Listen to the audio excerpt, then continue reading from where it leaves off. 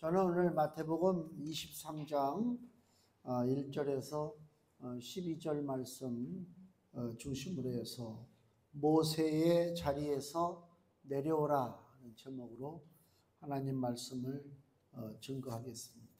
오늘 본문에 보니까 1절, 2절에 예수께서 무리와 제자들에게 말씀하여 가라사대 서기관들과 바리새인들이 모세의 자리에 앉았으니, 그 얘기예요.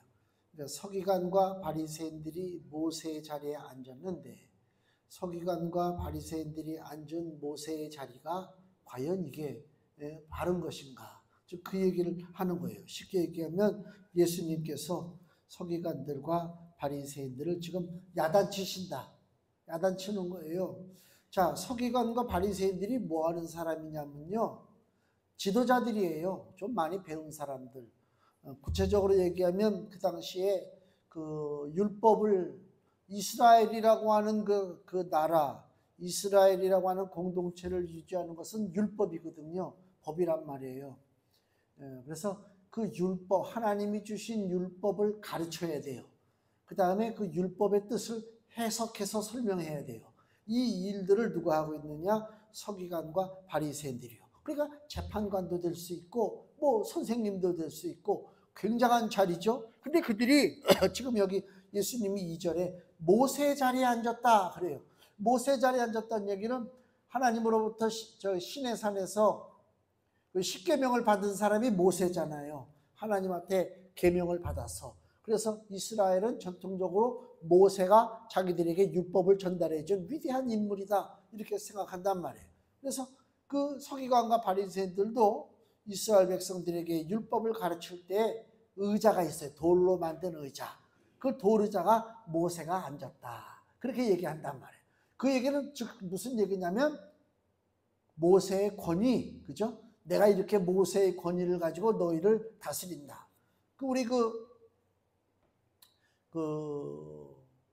재판하는, 요새 본의 아니게 텔레비전에서 재판하는 모습들을 자주 보잖아요. 재판정. 그거 몰라도 되는 일인데 일생을 살면서 몇 사람이나 그 재판정 구경 가겠어요. 그죠? 재판정 보면은 어떤 게 눈에 들어오냐면 그 판사가 앉는 자리들이 괜찮죠. 일반 이런 그냥 이렇게 의자 끌어다가 앉는 의자가 아니에요. 의자가 멋있어요. 항상 의자가 멋있다니까. 교황이 앉는 의자가 멋있어요. 그 의자는 뭘 상징하냐면요, 권위요, 권위, 권세, 능력. 나는 영광받을 만한 사람이다. 이게 바로 의자예요, 의자. 응? 그 의자란 말이에요. 그래서 어느 그 행사 때 가면, 지금은 저는 뭐 요새는 뭐 행사 전혀 안 다니고 나이 먹어서 이제 쓸모가 없게 됐는지 뭐 그런데, 그 전에 한참 다닐 때 보면 이렇게 행사에 가면 의자들이 준비되어 있잖아요. 근데 의자들이 넉넉하게 준비가 안 돼 있어. 그러면은 적어. 행사에 어떤 순서를 맡아서 온 사람들은 많은데 강단에 올려져 있는 의자가 적으면 어떻게 해? 나중에 그 접이식 의자 같은 거 막 갖다가 옆에다 놓잖아. 그럼 접이식 의자에 앉는 사람은 기분이 어때? 뭐야? 누구는 말이야 저런 좋은 의자에 앉고 나는 접이식 의자에 앉혀? 어? 그런 거예요. 그러면 지혜로운 사람은 처음부터 나는 아예 저 의자에 앉겠다 하고 올라가서 그 의자에 앉으면 되지. 그죠? 속상할 필요가 없죠? 그러니까 의자라고 하는 것은 권세, 능력, 영광, 존귀 뭐 이런 걸 상징하고 있단 말이에요. 그러니까 지금 예수님이 서기관들과 바리새인들이 모세의 자리에 앉았다라고 하는 것은 지금 부정적인 말로 하는 거예요. 모세의 자리에 앉아가지고 모세가 가지고 있는 영광, 권세 이걸 백성들에게 좀 보이는 거예요. 그러니까 율법을 가르치고 율법을 가지고 재판하는 사람들인데 율법을 주신 하나님의 뜻을 몰라. 율법을 주신 하나님의 뜻과는 상관없이 백성을 다스리고 통제하고 명예와 권력 유지에만 관심을 지금 기울이고 있는 것들이 바로 서기관과 바리새인들이라 예수님이 책망하는 거예요. 그러면 율법을 주신 하나님의 뜻이 뭐냐 그거예요. 내가 율법학자면, 내가 율법의 선생이면, 내가 목사면 하나님이 우리 성도들에게, 백성들에게 말씀을 주신 그 뜻을 알아야 될 거 아닙니까? 왜 하나님께서 오늘 마태복음을 주셨을까? 왜 하나님께서 출애굽기를 주셨을까? 그것을 알고 사랑하는 백성들에게 그것을 그대로 하나님의 뜻을 전달해야 그것이 온전한 지도자인데, 이 서기관과 바리새인은 하나님의 율법의 전문가라고 하는 사람들이 율법을 주신 하나님의 뜻을 모른단 말이에요. 그럼 율법을 주신 하나님의 뜻이 뭐냐? 첫째는요, 세상에 사는 모든 사람들은 하나님의 법을 지켜야 돼요. 그게 하나님의 뜻입니다. 누구도 예외가 없어요. 대한민국에 있는 사람이나 저 남아프리카 공화국에 있는 사람이나 저 유럽 벨기에에 있는 사람이나 동일하게 하나님이 바라보는 건 뭐라고요? 네가 오늘날 나의 법을 지키느냐? 지금 그걸 보는 거예요. 나라마다 문화가 틀리고 전통이 다르고 종교가 다르고 뭐 살아가는 생활 환경 뭐 풍습이 다르니까 각자 알아서 자기 취향에 맞춰서 천만의 말씀이요. 어느 사람이든지 간에 세상에 사는 모든 사람은 하나님의 법을 지켜야 돼요. 하나님의 법을 소중히 알고 하나님의 법을 순종하고 나갈 때에 하나님과 우리 사이에 어떤 관계가 맺어지느냐? 바른 관계가 맺어지는 거예요. 다른 말로 하면 하나님과 우리 사이에 바른 관계가 맺어지지 않는다는 얘기는 하나님의 진노하심을 안고 사는 인생이 된다. 아, 무서운 인생이란 말이에요. 그러니까 이 목사가요, 우리 그런 목회자들끼리 만나면 그런 얘기를 해요.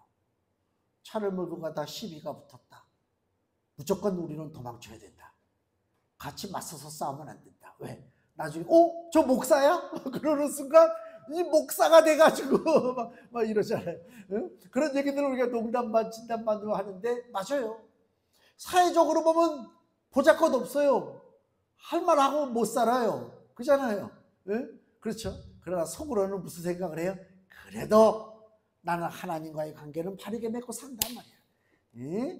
뭐 세상에서는 보잘것 없고 가진 것 없고 뭐 권력도 없고 돈도 없고 뭐 그렇지 뭐 하다못해 고양시 의원만도 못하고 그렇잖아요. 그 생각이 나네.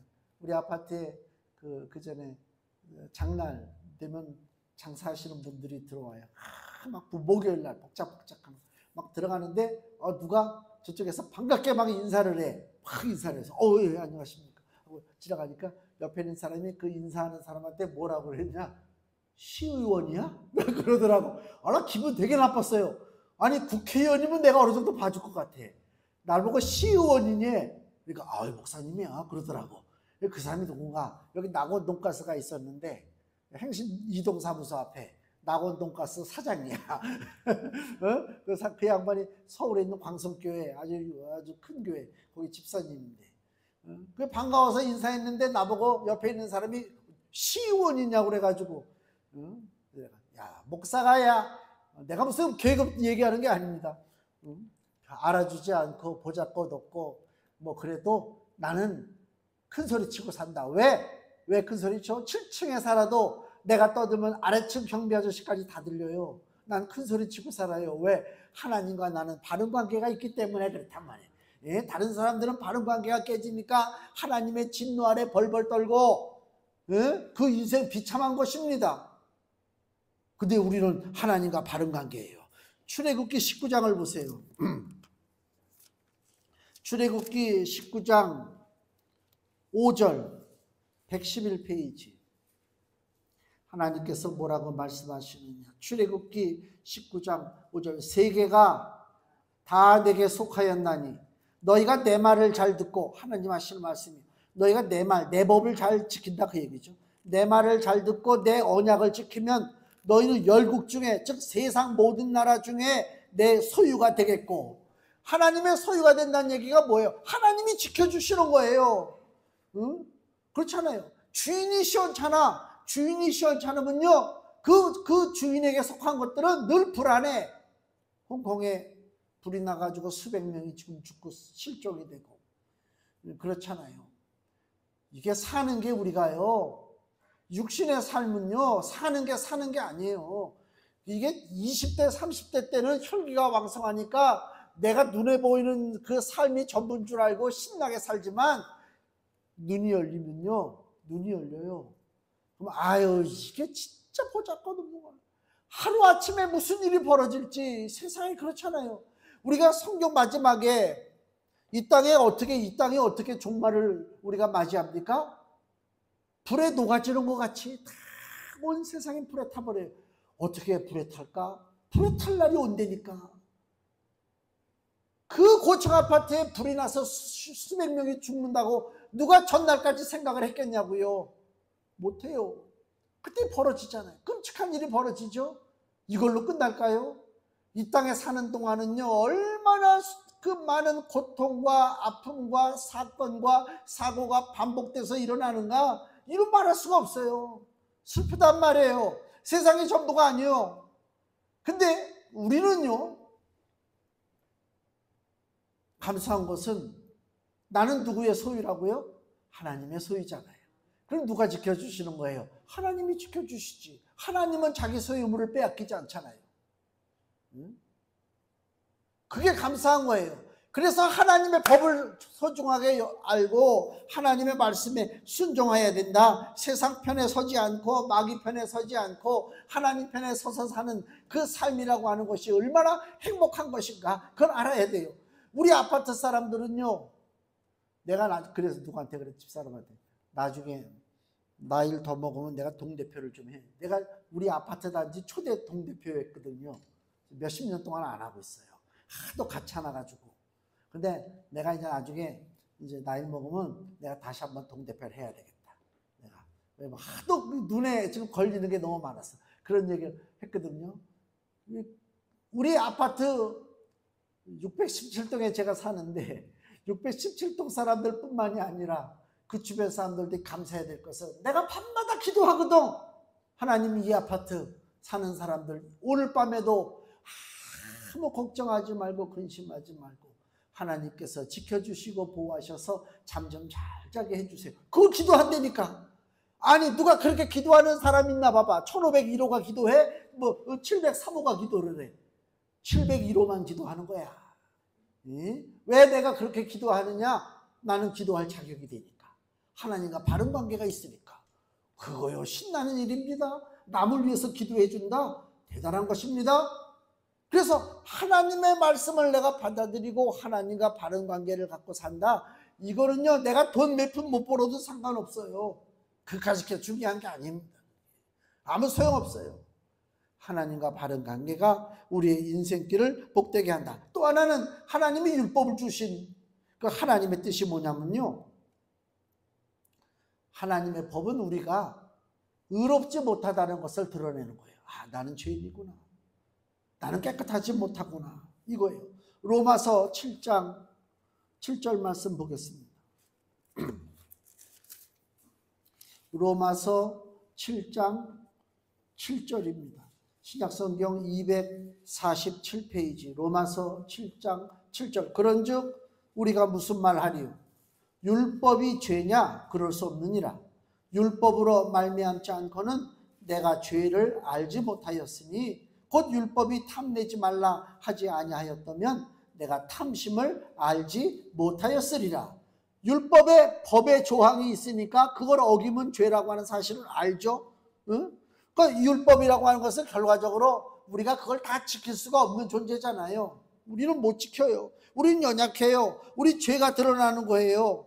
우리 스스로 깨닫는 거예요. 아, 하나님이 이 법을 주셨는데 나는 법을 지키지 못하는구나. 이걸 깨닫는 거예요. 로마서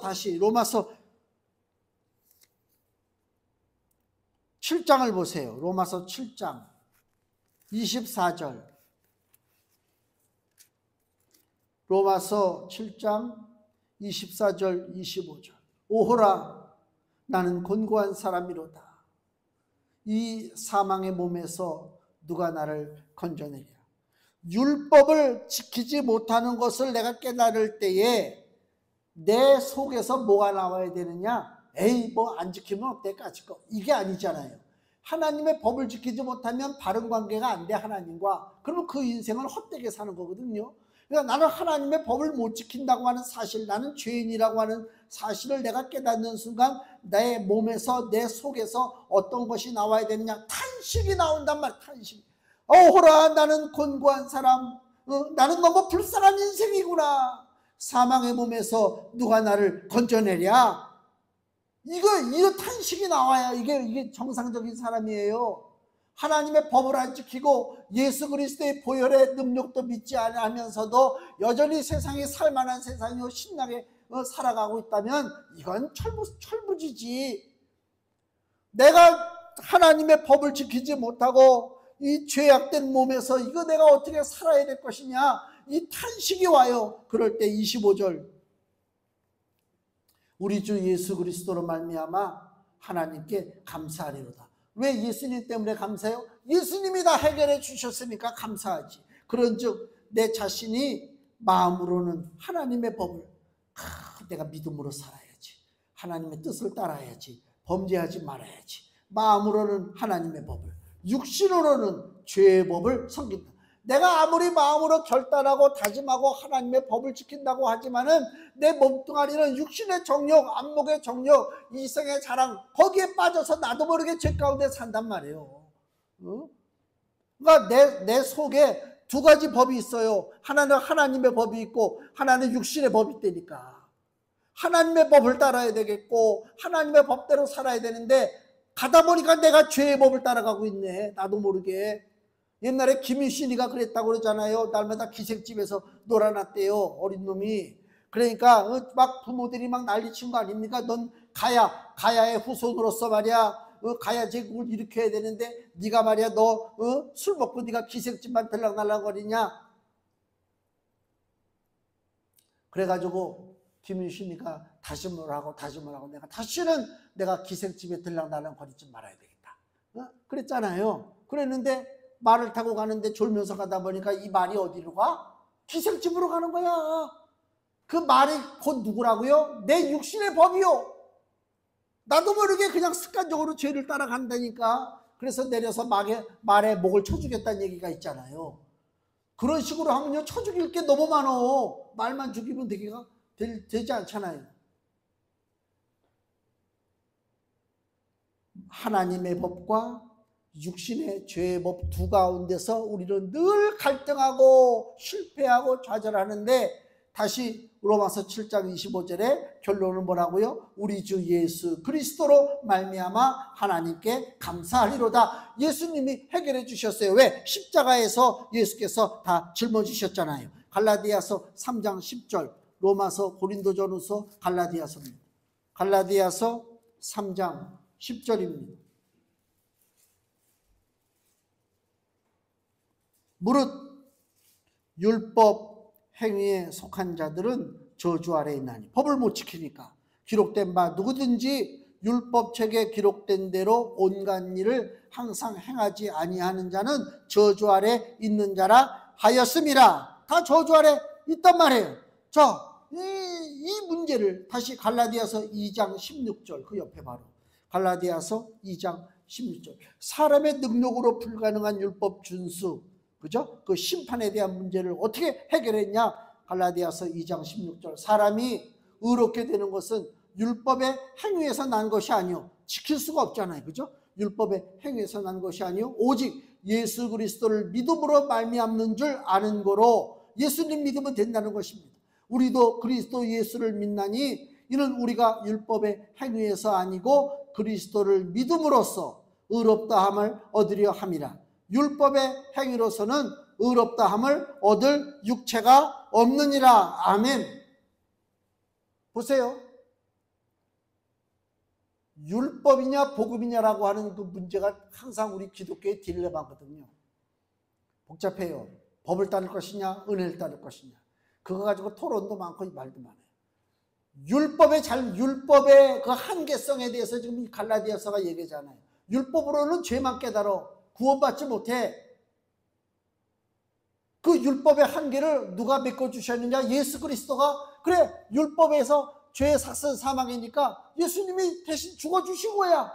근데 예수님이 죽을 때 예수님이 흘리신 그 보혈은 혼자만의 피가 아니라 우리 모든 자의 피란 말이에요. 그 예수 그리스도의 은혜, 그거란 말이에요. 이거 분명한 사실이에요. 이게 바로 복음이에요.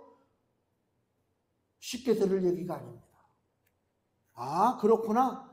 성경 그냥 읽으면요 수십 년을 성경 읽어대도 하나님의 진리를 깨닫지 못한다 그 얘기입니다. 인생의 문제, 이스라엘의 문제, 이걸 해결하는 존재는요 율법을 받은 모세가 아니다 그 얘기요. 모세 가지고는 율법이 해결이 안 돼. 공자 가지고도 안 되고 석가 가지고도 안 되고, 사람은 누구 어떤 철학자가 됐든 뭐 뛰어난 인물이 됐든 간에 사람으로서는 인생의 문제를 해결할 수가 없어요. 그런데 오늘 본문에 마태복음 23장 2절에 서기관과 바리새인들은 그 모세의 자리가 최고인 줄 알고 거기에 무슨 해답이 있는 줄 알고 모세의 자리에 지금 대단하다고 생각하고 앉아있다 그 얘기입니다. 모세는 주인이 아니죠.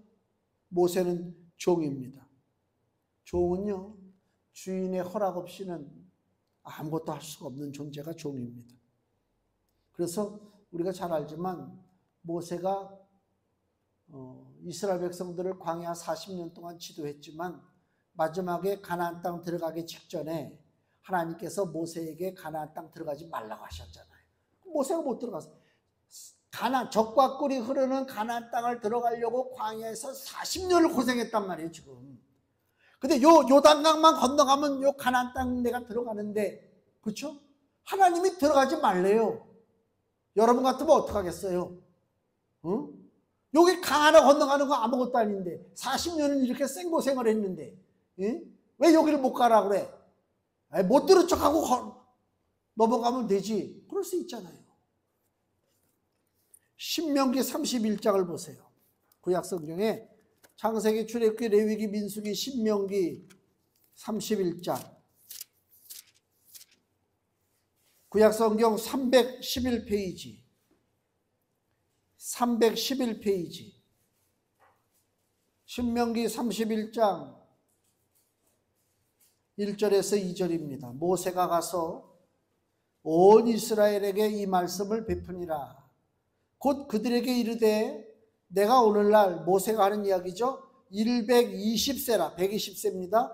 내가 더는 출입하기 능치 못하고 여호와께서도 내게 이르시기를 너는 이 요단을 건너지 못하리라 하셨느니라. 하나님 분명히 모세에게 요단 건너지 말라고 한 얘기를 모세가 백성들 앞에 선포해서 자기는 요단을 못 건너간다라고 하는 것을 지금 표하는 거예요. 왜요? 그는 주인이 아니잖아요. 모세가 종이잖아요. 종. 신약 성경을 보죠. 히브리서 3장 5절에서 6절입니다. 신약성경 355페이지. 신약성경 355페이지. 히브리서 3장 5절에서 6절입니다. 또한 모세는 장래 말할 것을 증거하기 위하여 하나님의 온 집에서 사환으로, 종으로, 그죠? 종으로 충성하였고 그리스도는 그의 집 맡은 아들로 충성하였으니, 예수님이 아들이란 말이에요. 주인이란 말이에요. 주인의 아들. 그 집 맡은 아들로 충성하였으니 우리가 소망의 담대함과 자랑을 끝까지 견고히 잡으면 그의 집이라. 우리가 하나님의 집이 된대요. 우리가 하나님의 집이 된다는 얘기는 우리 집을 누가 관리하고 누가 다스리시느냐? 우리 주 예수 그리스도 집에 그 주인의 아들 되시는 예수님이 내 인생의 집을 주께서 다스려 주신다. 이렇게 얘기하고 있다 그 얘기입니다. 그러니까 다시 한번 정리하면 율법을 주신 하나님의 뜻이 무엇이냐? 율법을 주신 하나님의 뜻은 우리의 연약함을 인정하고, 우리 힘으로는 법을 못 지키니까 우리 연약함을 인정하고 어떻게 하라고요? 모세를 바라볼 것이 아니라 예수 그리스도를 붙잡아라. 이것이 율법을 주신 하나님의 뜻입니다. 분명히 알아야 되는 거예요. 그러니까 우리가 구약 성경을 읽잖아요. 창세기, 출애굽기, 레위기, 민수기, 이걸 보면서도 뭘 발견해야 되냐면요, 언뜻 예수 그리스도를 발견해야 된단 말이에요. 아, 이래서 이런 법을 주시는구나. 야, 어떻게 이렇게 사람이 날마다 이 법을 지키고 어떻게 살아? 못 살지. 하나님, 나는 못해요. 그래야 돼. 그 대신 누가 대신 해준다고요? 예수님이 해준다니까. 예수님이. 그게 율법을 주신 하나님의 뜻입니다. 반면에 바리새인들은요, 모세의 그 권위의 자리에 앉아서 4절 오늘 본문의 4절. 무거운 짐을 묻고 사람의 어깨에 지우되 자기는 이것을 한 손가락으로도 움직이려 하지 아니하며 그랬습니다. 무거운 짐을 사람에게 지운다는 얘기 아닙니까? 그죠? 무거운 짐을 지운다는 얘기는 뭐예요? 의무를 강조해. 책임져라. 의무가 있다. 뭐 해야 된다. 그러면서 뭘 하냐면은 계속 새로운 규칙과 법을 만들어내요. 이 서기관과 바리새인들이 새로운 법을 만든다니까. 그 법을 만드는 목적이 뭐예요? 사람을 보호하고 이롭게 하는 것이 아니라 사람을 억제한다니까요. 홍콩이요. 홍콩이 옛날에는 굉장히 앞선 나라였어요. 그래서 홍콩에서 만든 영화가 우리나라에 굉장히 유행했죠. 뭐 이소룡부터 시작해서 장국영, 나는 이름이 기억이. 나는 홍콩 영화 안 좋아했거든요. 저는 개인적으로. 난 뭐 하는 거 막 무술하더라고. 막 노란 체육복 입고 나가지고 막 무술하고 막 이래. 성룡도 그렇고, 뭐 치곤도 그렇고 막 하는데 난 인디아나 존스를 봤거든요. 청년 때 얘기인가? 인디아나 존스를 보니까 앞에서 누가 막 설치니까 인디아나 존스가 권총을 뽑아가지고 땅 쏘더라고. 저렇게 간단하게 끝낼 거를 왜 날마다 치고받고 걔네들은. 응? 저 국민학교 때는 외파리가 있었어요. 외파리. 오른쪽 팔이 없고 외파리로 막 하늘을 날아다녀. 중국 영화는 좀 그런 거 있잖아요. 막 그랬어요. 옛날에는 그렇게 홍콩이 앞서갔다고. 지금은 어떻게 돼요? 홍콩이 이젠 사그러들기 시작해요. 가난해집니다. 홍콩이 살만한 데가 못 됩니다. 중국 본토에서 사람들이 많이 들어옵니다. 홍콩에 원래 거주하던 사람들은 짜증납니다. 그러니까 집을요 닭장처럼 빽빽히 져가지고 거기서 삽니다. 왜 그런 줄 아세요? 홍콩에 정권이 바뀌었어요. 정권이. 영국이 물러나고 중국이 그 홍콩을 차지했습니다. 그리고 그 홍콩에 법을 만들어요. 무슨 법? 중국의 법을 만들어요. 영국의 법이 아니라 영국의 법, 자유의 법, 민주의 법, 자본주의의 법은 물러가고 이제 무슨 법이요? 공산주의 법이 들어왔어요. 그래서 뭐든지 통제를 해요. 뭐든지 감사를 해요. 뭐든지 서로 간에 연결해가지고 조사한단 말이에요. 공무원들은요 법을 만들어가지고 충성서약을 하게 해요. 공산당에게 충성을 해야 돼. 법을 만들어요. 백성들을 이롭게 하기 위한 법이 아니라 백성들을 얽매이기 위한 법을 만든단 말이에요. 세상이 그래요. 이치가. 그러니까요 대한민국도 무슨 요새 보니까 무슨 일만 있으면 법을 만들더라고. 무슨 법. 좋은 거 아닙니다. 법이 없어서 못하는 거 아닙니다. 의지가 중요한 것입니다. 그렇잖아요. 이 바리새인들도 법을 만들어요. 계속 법을 만들어. 그리고 백성들을 얽어매요. 그 예수님의 제자들이 안식일날 밀밭 사이에 지나가다 배고파가지고 그 이삭을 비벼가지고 먹잖아요. 그러니까 뭐라고 그래 바리새인이. 야, 너 안식일날 일하지 말라고 그랬는데 아니 하나님이 너 안식일날 가가지고 이삭 뜯어 먹지 말라고 그랬어? 그거 아니잖아요. 그러니까 막 법을 만들어가지고 사람을 얽어맨단 말이에요. 그러니까 여기 예수님이 4절 말씀이 그거예요. 무거운 짐을 묻고 사람의 어깨에 지우는 거예요. 무겁게 움직이지 못하게. 그렇죠? 교회 안에 바리새인들이 들어왔어요. 바리새인의 특징이 뭐라고요? 법을 만들어요. 규칙을 따져요. 무슨 행사 같은 거 절차를 따져요. 이건 법이 아니고 옛날에 노예 때요. 전 지금은 그런 거 전혀 안 하고 있는데 노예 때 무슨 일 있으면 어떻게 하는 줄 아세요? 법이요! 그런다고. 일어나서 반대 의견을 표할 때 목사님들이 반대 의견을 표할 때 모일 때 회의할 때 보면은 법이요! 그래. 그럼 난 반대요 그 뜻이거든요.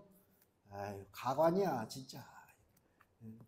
예수님이 그걸 만드셨겠느냐 말이에요. 예수님이. 여기 사도행전 15장을 보세요. 사도행전 15장 5절입니다. 신약성경 213페이지.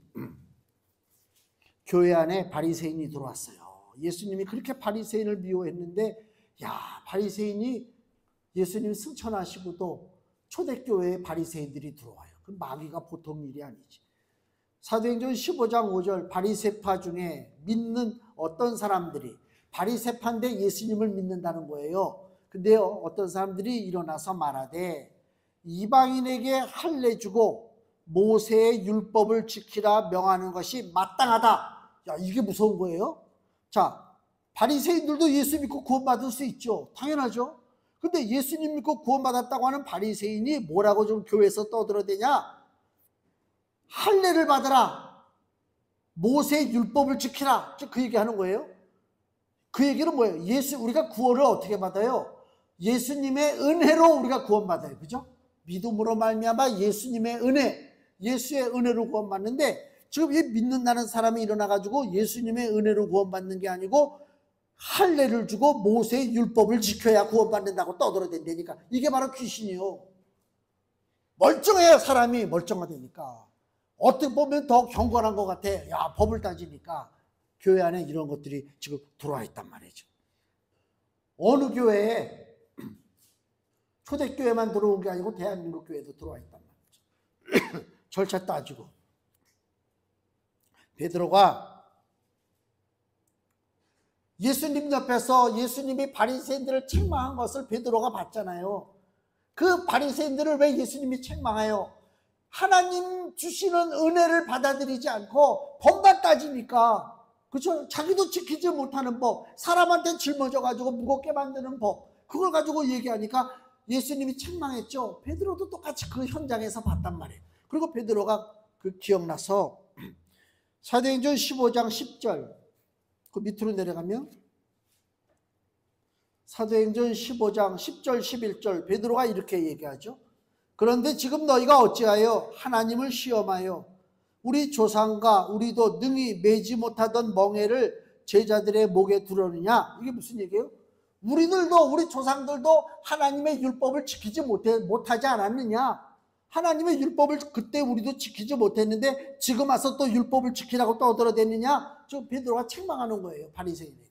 11절 우리가 저희와 동일하게, 저희는 누구예요? 이방 사람들이죠. 이스라엘 사람들이 아닌, 우리가 저희와 동일하게 주 예수의 은혜로 구원받는 줄을 믿노라 하니라. 아멘. 이거예요. 이게 복음이죠. 간단해요. 베드로는 무식한 사람이에요.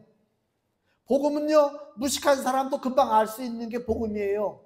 복음은요, 많이 배운 사람들이 머리 굴려서 깨닫는 게 아니에요. 복음은 그 전에 청년 때 다니던 그 교회 목사님 그 말씀이 기억나네. 목사님 설교가 좀 쉬웠나 봐. 누가 뭐라고 그랬나 봐. 목사님 설교가 너무 쉽다, 수준이 낮다, 그 얘기지. 그러니까 목사님은 내 설교는 국민학교 나온 사람이나 대학교 나온 사람이나 다 듣는 것이 내 설교다. 그건 맞는 얘기예요. 근데 그건 맞는 얘기지.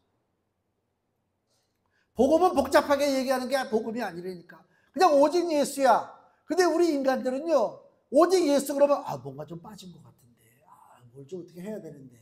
천주교도 가보면은 뭐 일어났다 앉았다가 와가지고 그 성찬식 빵도 받아 먹고 뒤에서 문이 척 열리면 포도주도 있고 빵도 있고 그럴듯하고 들어가다가 물도 찍어가지고 이렇게 좀 발라대고 그 뭐가 좀 있는 것 같잖아요. 또 절간도 가면 그냥 가는 게 아니죠. 가서 시주하고 기와장에다가 기도 제목도 쓰고 그 금불상 앞에서 300번도 절하고 그러면 뭔가 뿌듯하다고 한 것 같고. 근데 교회를 오면 와가지고 졸다 가면 끝이잖아. 이게 참나 이게. 응? 그래도 상관없다 그거예요. 구원은 주님의 은혜로 구원받기 때문에 그렇다고.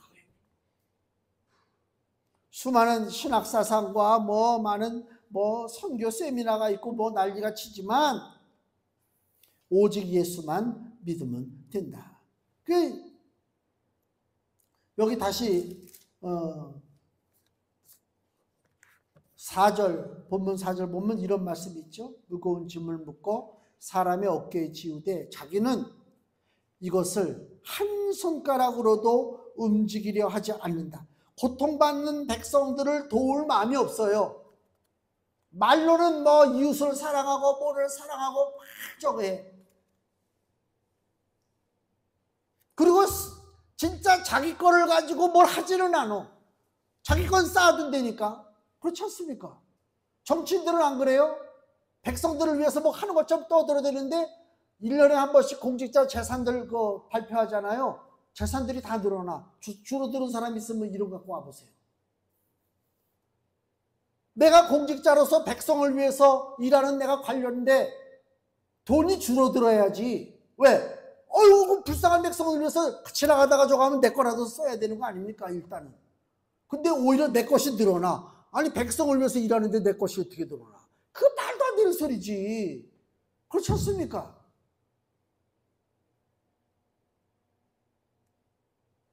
그러니까 이게 거짓된 것들이 너무나 많아서 한 손가락도 움직이려 하지 않아. 어려운 사람을 도울 마음이 없다, 그 얘기입니다.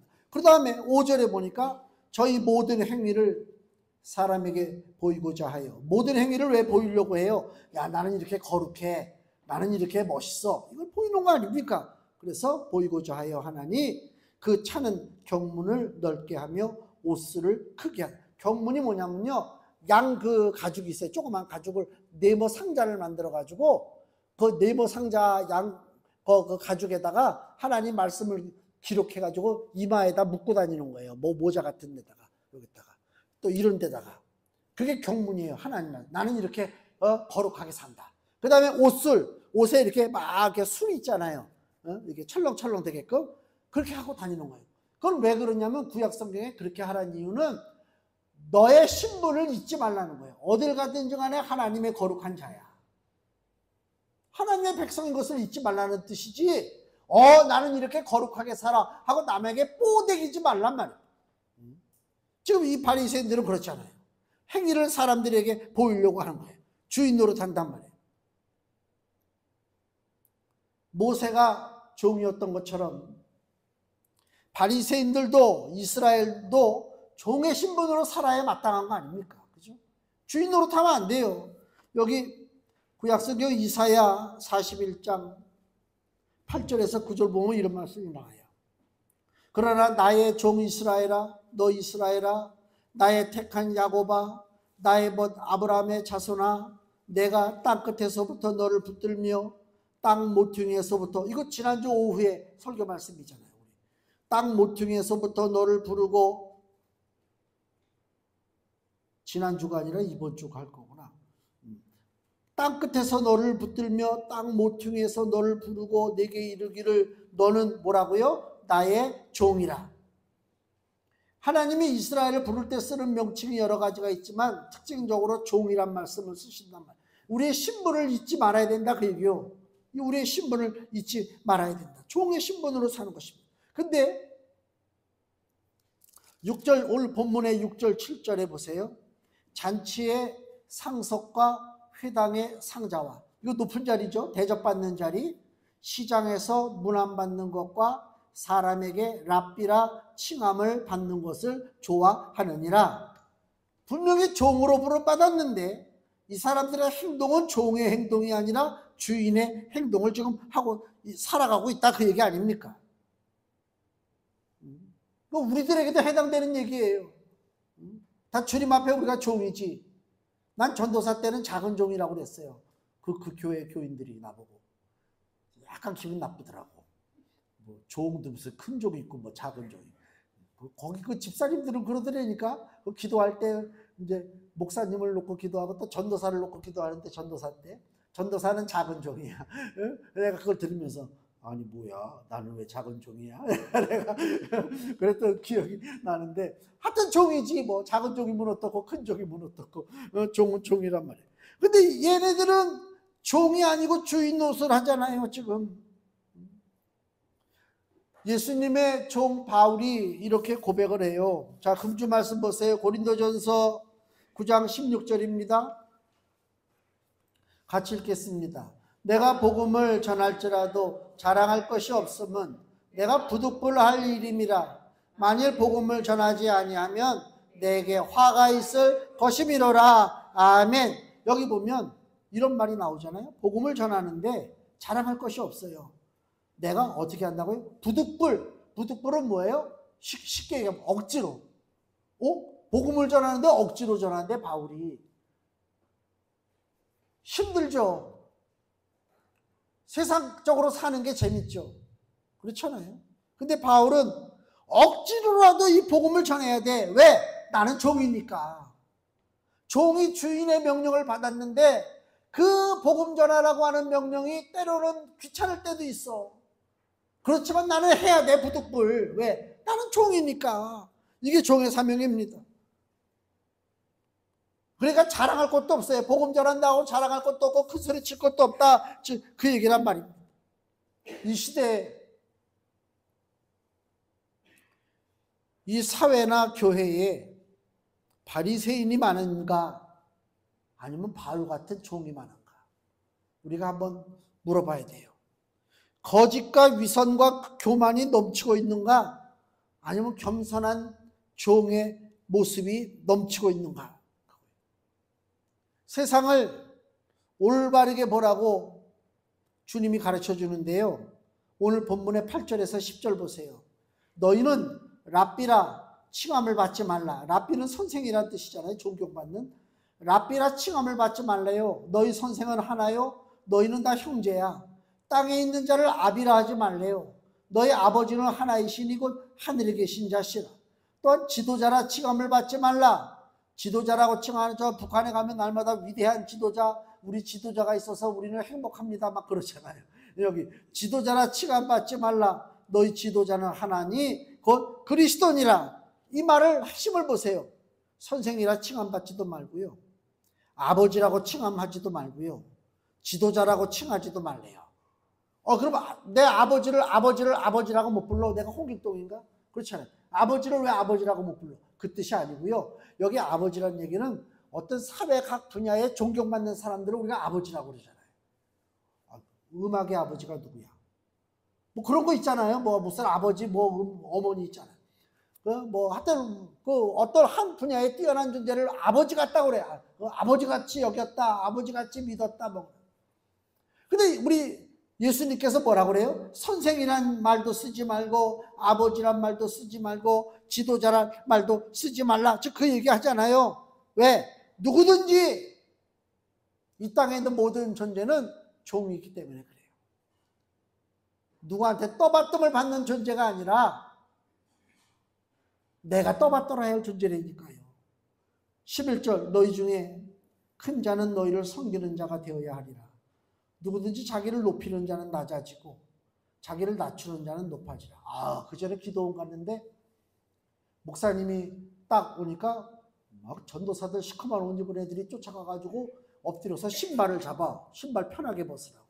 또 예배 끝나고 내려오니까 강단에서 내려오니까 또 신발 편하게 신으라고 신발 잡고 막 구두. 대단하지. 자기도 망하는 거고 대접받는 그 사람도 같이 망하는 거예요. 그렇죠. 내가 손이 없어 발이 없어 왜 내 신발 내가 왜 못 신어? 저도 한번 당황한 적이 있었어요. 어느 교회 가서 저 행사에 갔는데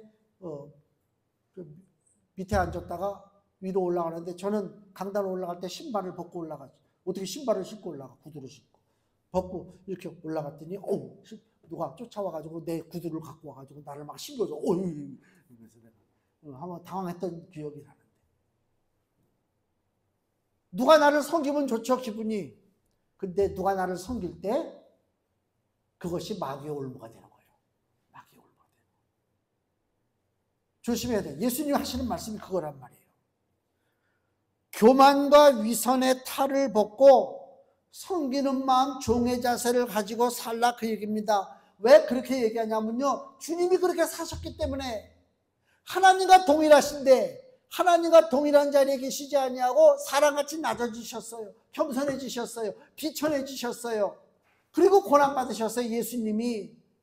그 예수님을 우리가 따라가는 거예요. 따라간단 말이에요. 바울이요. 마지막으로 읽어볼까요? 고린도전서 11장 1절.